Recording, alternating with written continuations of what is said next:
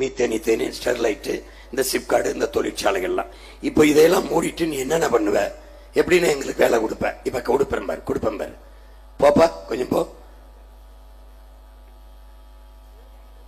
இங்க பாரு, இப்ப உங்க அண்ணன் என்ன செஞ்சிடறேன், இந்த ஆலையெல்லாம் மூடிடுறேன். மூடிட்டு காற்றை, நீரை, நிலத்தை நஞ்சாக்காத, விஷமாக்காத தொழிற்சாலைக்கு வந்துடுறேன். எப்படி வந்துடுறேன் பாரு. நிலமும் வளமும் சார்ந்த தொழிற்சாலைகள், வேலை வாய்ப்பு, வளர்ச்சி. எங்கே? வாழ்விடத்திலே. திருப்பூர்னா திருப்பூர்லே, பெருந்துறைனா பெருந்துறையிலே. உனக்கு புரியுது நினைக்கிறேன். பொள்ளாச்சினா பொள்ளாச்சியிலே. என்ன இருக்கோ அந்த நிலத்தை வளத்தை வச்சு வேலை வாய்ப்பை கொடுத்துறேன். உனக்கு வாழ்விடத்திலே அரசு வேலையை தந்துடுறேன். வலுவான தொழிற்சாலைகள் தான் ஒரு நாட்டின் கட்டமைப்பை வலிமையாக்குது. நம்ம தொழிற்சாலை எப்படி இருக்குதுன்னு பாரு. 50 ஆண்டுகால ஆட்சியில் வேளாண்மையை சீர்குலைச்சிட்டான். உனக்கு உன் உடன்பிறந்தவர் எப்படி சொல்லிக் கொடுக்குறேன் பாரு.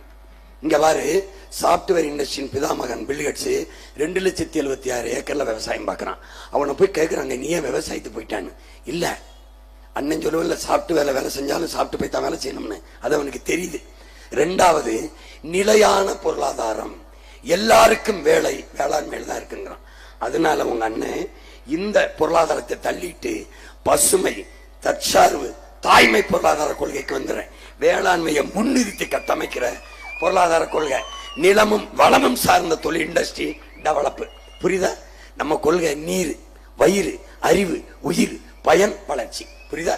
நீரை சேர்த்துக்கிறேன், வயிறு வேளாண்மை நான் செஞ்சிடறேன், உயிர் மருத்துவம் நான் கொடுத்துறேன், அறிவு கல்வியை நான் கொடுத்துறேன், பயன் நிலமும் வளம் சார்ந்த வேலை வாய்ப்பை கொடுத்து வேலையை கொடுத்துறேன், வளர்ச்சி. லட்சாலி வரான. உனக்கு புரியுதா? இங்க பாரு, இவன் வேளாண்மையை ஒழிச்சு விட்டான்.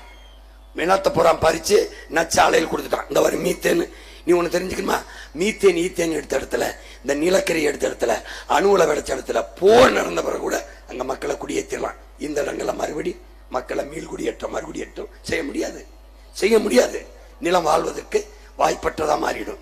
பாருங்க, இங்க பாரு, மீத்தேன் எடுத்ததை பாட்டாய். ஒவ்வொரு தாண்டா தஞ்சாவூர், எவ்வொரு ராமேஸ்வரத்துல தோல் தொழிற்சாலை சாய கழிவை சுத்திகரிக்காம அந்த நீரை அப்படியே